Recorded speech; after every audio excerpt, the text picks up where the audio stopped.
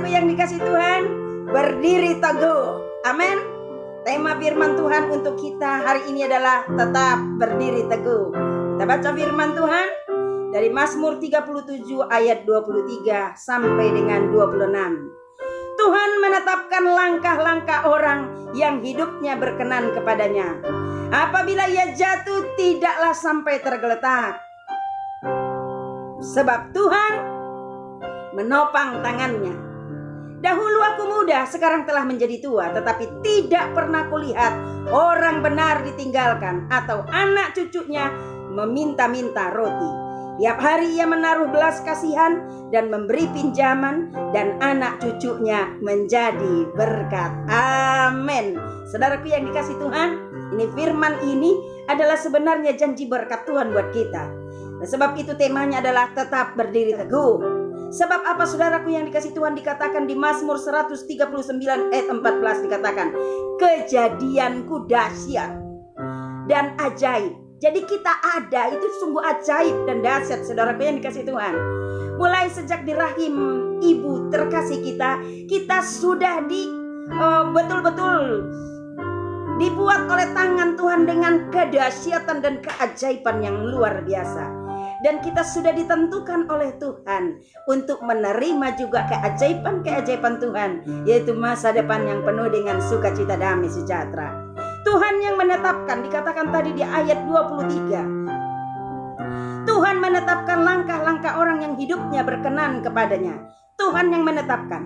Jadi saudaraku yang dikasih Tuhan, Tuhan yang menetapkan langkah kita, diaturnya sedemikian rupa. Tetapi terkadang kita tidak mau diatur oleh Tuhan.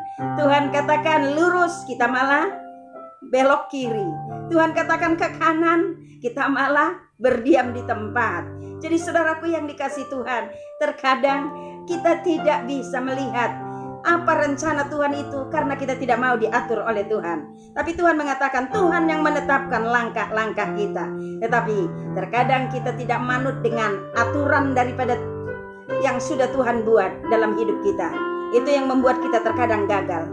Dikatakan lagi di ayat 24b, dikatakan apabila ia jatuh tidaklah sampai tergeletak.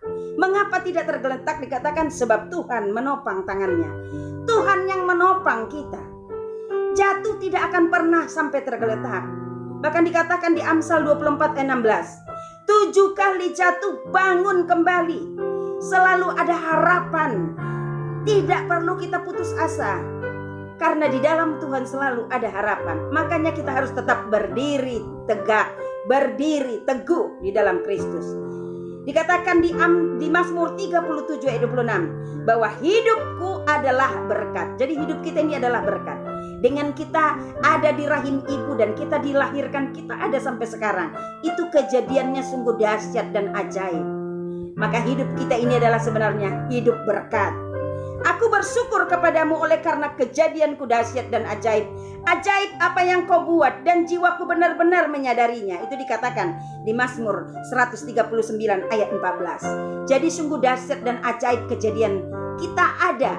Sungguh menghasilkan sesuatu yang luar biasa karena keberadaan kita. Sejak kita dari rahim ibu, keadaan kita sudah ada dengan kedahsyatan dan keajaiban Tuhan. Jadi saudaraku yang dikasih Tuhan, tidak ada alasan buat kita untuk putus asa, tidak ada alasan untuk kita galau, tidak ada alasan untuk kita khawatir, karena Tuhan mengatakan di firman Tuhan ini. Saya bacakan kembali, dikatakan sesungguhnya orang-orang yang diberkatinya akan mewarisi negeri, tetapi orang-orang yang dikutukinya akan dilenyapkannya. Itu dikatakan di firman Tuhan di ayat 22. Dikatakan di firman Tuhan ini, Tuhan menetapkan langkah-langkah orang yang hidupnya berkenan kepadanya. Jadi saudaraku yang dikasih Tuhan, hanya satu yang bisa kita lakukan. Berjuanglah hidup berkenan di hati Tuhan, supaya engkau melihat bagaimana Tuhan mengatur langkah-langkahmu. Tuhan mengatur istrimu, Tuhan mengatur suamimu, Tuhan mengatur anak-anakmu, Tuhan mengatur pekerjaanmu, Tuhan mengatur usahamu, Tuhan mengatur seluruh hidupmu. Sehingga Tuhan katakan, Tuhan menetapkan engkau akan menjadi berkat, bukan menjadi orang yang meminta-minta. Sampai dikatakan di firman Tuhan ini tadi, dikatakan di firman Tuhan, dahulu aku aku muda sekarang telah menjadi tua. Artinya dari dulu sampai sekarang, itu artinya. Tetapi tidak pernah kulihat orang benar ditinggalkan atau anak cucunya meminta-minta roti. Jadi saudaraku yang dikasih Tuhan, dari dulu sekarang sampai selamanya, anak-anak kekasih Tuhan yang hidupnya berkenan di hadapan Tuhan tidak akan pernah menjadi peminta-minta. Bahkan sampai anak cucu cicitnya tidak akan pernah menjadi orang yang peminta-minta. Tetapi dikatakan di firman Tuhan, tiap hari ia menaruh belas kasihan dan memberi pinjaman, dan anak cucunya menjadi berkat. Jadi artinya tangan kita bukan di bawah tetapi di atas. Kita tidak meminta pinjaman, tapi kita yang memberi pinjaman dan tidak meminta untuk kembali. Bahkan anak cucu kita akan menjadi berkat bagi banyak orang. Bagaimana caranya supaya kita diberkati Tuhan, anak cucu kita diberkati Tuhan dan jadi berkat bagi banyak orang? Berjuanglah hidup berkenan di hati Tuhan. Bagaimana caranya untuk hidup berkenan di hati Tuhan? Ikutlah setiap langkah-langkah yang sudah Tuhan atur. Jangan berjalan menurut kehendakmu. Karena Tuhan berkata di Yeremia 17 ayat 7, diberkatilah orang yang mengandalkan Tuhan. Artinya saudaraku yang dikasih Tuhan, yang betul-betul bersandar kepada Tuhan, berserah kepada Tuhan, yang benar-benar mengikuti setiap rencana kehendak Tuhan. Bukan melakukan apa yang dia mau, tetapi melakukan apa yang Tuhan mau. Itulah hidup yang berkenan di hati Tuhan. Jadi saudaraku yang dikasih Tuhan, apa persoalanmu sekarang? Apa ekonomi keuanganmu sedang terganggu? Kesehatanmu sedang terganggu atau usahamu sedang terganggu? Jangan takut, jangan goyah, berdiri teguh di dalam Kristus. Ingat, Yesus mengatakan bahwa Dia tidak akan biarkan engkau jatuh tergeletak. Dia akan bangkitkan engkau kembali. Dia akan jamah tubuhmu oleh dalam nama Yesus, oleh bilur-bilur Tuhan Yesus engkau sembuh. Dan Tuhan akan pulihkan usahamu, Tuhan pulihkan pekerjaanmu, Tuhan pulihkan keluargamu.